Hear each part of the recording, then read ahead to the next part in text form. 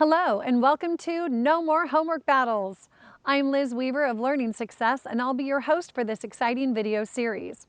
We understand that homework time can be a battle. We're here to make life easier for you and your child by showing you how to win the homework battle. In this video series, you will hear from a variety of educational professionals and parents alike. Each one will give you a tried and true tip for helping you and your child enjoy homework time once again. In today's video, we have Kelsey Komorowski.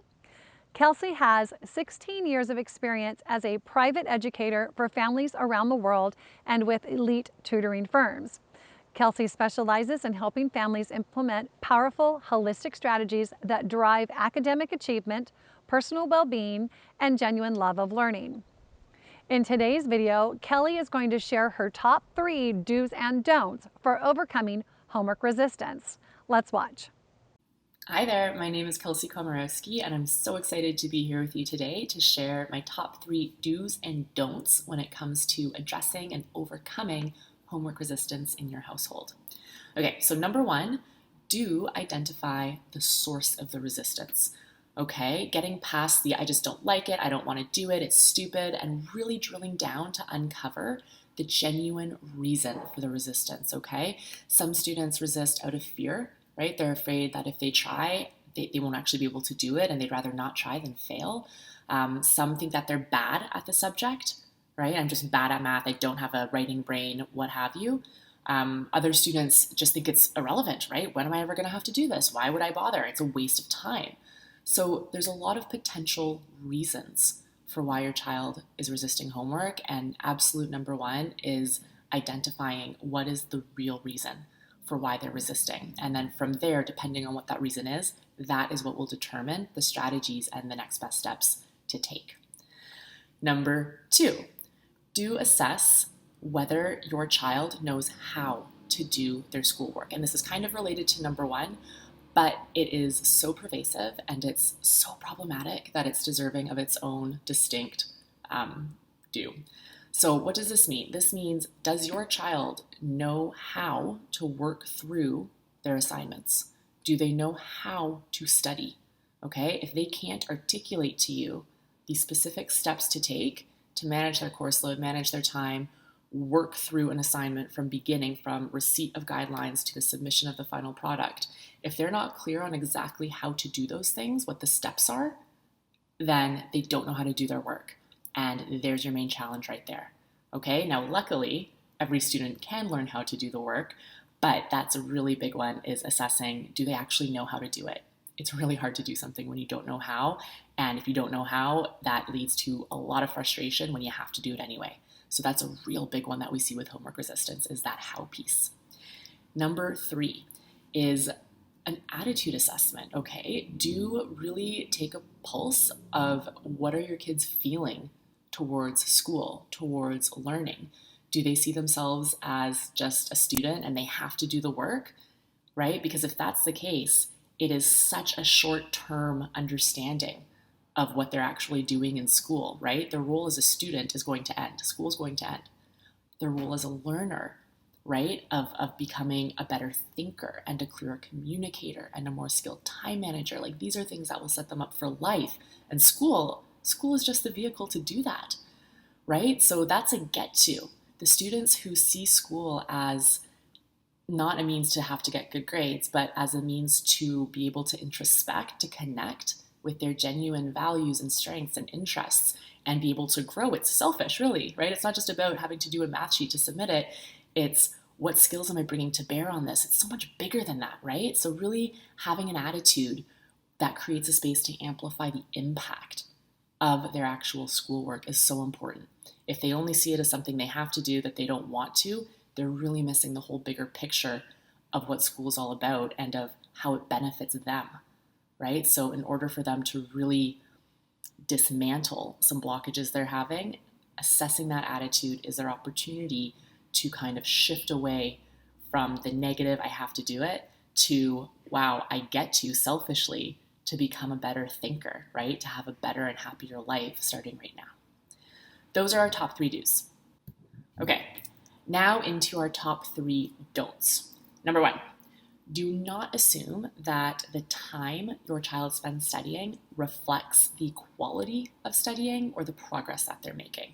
Okay, there's a very big difference between sitting down and focusing and actually doing the homework versus kind of doing the homework, but then checking Facebook and then kind of reading stuff, but then texting friends, right? That is such a massive block to homework. And it's one of the biggest things that we hear from our students all the time. Like, well, I studied for 3 hours and I still got a D. And they're equating the time that they put in with the outcome.